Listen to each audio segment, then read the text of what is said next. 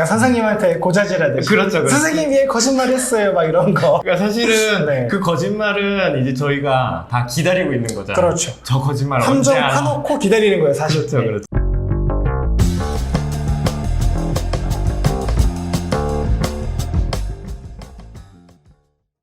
네, 안녕하세요. 오늘은 대질조사에 대해서 한번 말씀 나눠보도록 하겠습니다. 먼저 변호사님, 대질조사가 뭔가요? 대질조사는 말 그대로 그냥 쉽게 설명하면 너희들 다 와서 그냥 내 앞에서 동시에 얘기하고 한번 시시비비를 가려보자. 그렇죠. 이런 거죠. 대질조사가 이제 모든 절차에 다 있지는 않잖아요. 맞아요. 그러면은 어쨌든 검사로서 이제 수사도 해보시고 하셨으니까 대질조사는 어떤 경우에 진행을 하게 되나요? 대질조사는 크게 두 가지 요건이 충족되면 해요. 첫 번째는 네. 피의자랑 네. 고소인이랑 말이 다를 때. 다를 때. 너무 달라요. 네. 두 번째로는 말이 다른데 그 중에 누구의 말이 맞는지 입증할 만한 객관적인 자료가 없을 때 그럴 때 불러서 둘 다 조사를 합니다. 그러면은 만약에 대질조사를 진행을 한다 네. 라고 하면 수사관이 어쨌든 요거 누구 말이 맞는지에 대해서 좀 확신이 없는 그런 상태다 맞아요. 라고 이해하면 될까요? 네. 그러면은 대질조사는 보통 좀 어떤 방식으로 이루어지게 되나요? 대질조사는요, 고소인이랑 피의자 둘 다 불러놓고요, 고소인한테 먼저 이렇게 말합니다. 너 지난번에 이렇게 답변했었지. 지금 고소인이 네 맞습니다. 다음 피의자한테 너 지난번에 이렇게 답변했었지. 피의자가 네, 맞아요. 그러면 이제 서로 얘기하는 게 들리잖아요. 그렇죠. 그러면 막 서로 아니 무슨 말도 안 되는 말이라. 그 자리에서 막 격분하고 하거든요. 그렇죠. 그리고 혼자 와서 수사관 앞에서 얘기할 때는 막 거짓말 하던 사람도 네. 이제 내 사건 당사자가 내 앞에 있으면은 그렇죠. 내가 거짓말 하고 있으면은 찔리잖아요. 그렇죠. 그러면은 내가 한 말을 듣고 이 사람이 막 격분하잖아요. 그럼 거짓말하는 사람은 표정이 좀 변합니다. 아, 약간 맞아요, 좀 이렇게 맞아요. 움츠러들기도 하고. 대질조사는 보통 이제 하게 되면은 그냥 자유롭게 얘기를 하지는 않아요. 맞아요. 네. 근데 이제 뭐 못 참고 막 끼어들고 하시는데 이제 원칙은 수사관이 묻는 사람이 답변을 하고 그러면 이제 이걸 듣고 수사관이 다른 사람한테 사실 확인을 하겠죠. 저 말이 맞냐? 그러면 이제 그때 그렇게 답변을 하시는 거고요. 막 그렇게 끼어들어서 하시게 되면은 정상적으로 조사가 잘 이루어지지 않으니까 또 화가 나시더라도 조금 참는 게 중요합니다. 네. 그 대질조사가 그렇게 보면 어떻게 보면은 사건의 향방을 좀 가르는 그렇죠. 좀 중요한 절차인데 그리고 네. 사실 저희도 준비를 되게 많이 하잖아요. 맞아요. 대질조사가 이제 잡혀있다. 좀 어떤 내용을 좀 준비를 하면 좋은 결과를 얻을 수 있을까요?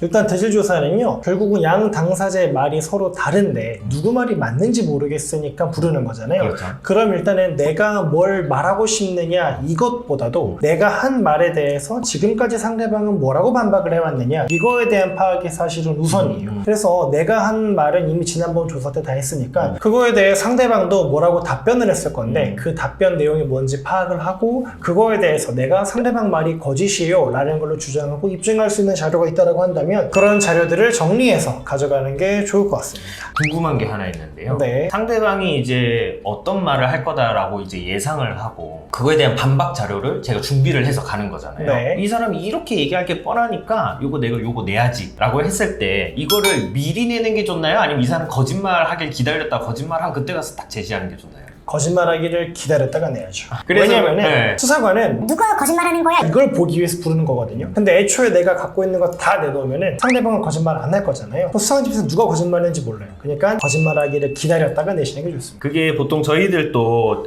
좀 중요한 큰 사건들 같은 게 대질조사 하게 되면 변호사가 2명이 들어가게 되거든요. 그래서 한 명은 조사를 하는 거를 계속 쫓아가고 다른 맞아요. 한 명은 상대방이 뭐라고 하는지를 계속 들으면서 반박하는 증거를 계속 찾거든요. 맞아요. 그래서 이제 거짓말을 한다고 그러면은 이제 수사관한테 일러 바치는 거죠. 아 이거 보세요. 이거 거짓말 하고 있는 거예요. 저희 같이 한번 해서요. 네. 그러면은 되게 상대방 반응이 아주 재밌죠. 그쵸. 네, 네. 그게 이제 아주 통쾌하고 소소한 재미인데요. 약간 선생님한테 고자질하듯이. 그렇죠, 그렇죠. 선생님이 왜 거짓말했어요? 막 이런 거. 그러니까 사실은 네. 그 거짓말은 이제 저희가 다 기다리고 있는 거잖아요. 그렇죠. 저 거짓말 함정 언제 하나. 파놓고 기다리는 거예요, 사실. 그렇죠, 그렇죠. 그러니까 사실은 대질조사가 진행되는 그런 과정들을 좀 예상을 하고 시뮬레이션을 하고 우리가 이렇게 답변하면 저 사람 저렇게 답변할 거니까 네. 그럼 이런 증거들이 필요하겠구나. 그래서 이런 증거들을 사전에 좀 준비해서 대질조사 할 때는 지참을 하는 게 좋고 네. 거짓말을 하길 좀 기다렸다가 그렇죠. 제출하고 그러면은 대질조사라는 게 기본적으로 상대방하고 만나는 거잖아요. 네. 그럼 난 저 사람 만나기 싫을 수 있잖아요. 난 저 사람 얼굴도 보기 싫고 그냥 만나는 거 너무 부담스럽고 무섭고 이런 경우에 수사관이 대질조사 한다라고 하면 반드시 응해야 되나요? 응하는 게 좋아요. 왜냐하면 대질조사에 응하지 않는다는 것만으로 수사관은 아, 이 사람이 거짓말하고 있는 건가? 라는 괜히 우리한테 불리한 심정을 줄 수가 있어요. 그러니까 처음에 말씀드린 것처럼요. 수사관이 대질조사를 하겠다라고 하는 거는 이거 사건 어떻게 처리해야 될지 모르겠다라는 거예요. 그리고 대질조사 끝낸 다음에는 나는 기소 의견으로 송치하든 불송치하든 처리를 하겠다는 거거든요. 그 중요한 순간, 그러니까 반반으로 지금 심증이 딱 서 있는 상태이기 때문에 조금이라도 우리한테 불리하게 가지는 않게끔 응하는 게 좋습니다. 그러니까 뭐 어떤 뭐 사실상 무섭고 상대방이 네. 또 협박 당할까봐 또 두려운 것들도 있고 뭐 그렇겠지만은 대질 조사 자체는 응하는 게 좋다. 네, 맞습니다. 알겠죠? 네.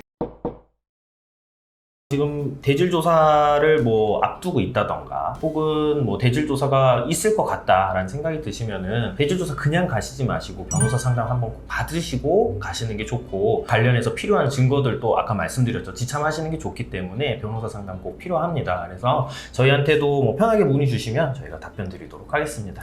이거 하나 말씀드리고 싶어요. 대질조사를 그냥 가세요. 그런 다음에 답변 잘 못했어요. 나한테 불리한 결과가 나왔어요. 그 다음에 이거 뒤집기 위해서 변호사 선임하잖아요. 사실 뒤집기가 쉽지가 않아요. 왜냐면 수사관은 양쪽 말을 다 들어보고 내린 결론인데 그 후에 한쪽에서 아, 저 사실 이건 이렇습니다. 라고 한쪽이 와서 자기 말만 한다고 해서 수사관이 그거 바꿔줄 리는 없거든요. 그렇기 때문에 대질조사 일단 가보고 그 다음에 다시 변호사 상담해야지 이러시면 안 되고 대질조사가 잡히면 무조건 변호사 상담은 진행하시는 게 좋을 것 같습니다. 대질 조사 관련해서 뭐 또 필요한 사항이나 궁금하신 점 있으면 편하게 문의 주시고요. 저희 뭐 이 파트는 언제나 열려 있기 때문에 기다리고 있겠습니다. 네, 감사합니다. 고맙습니다.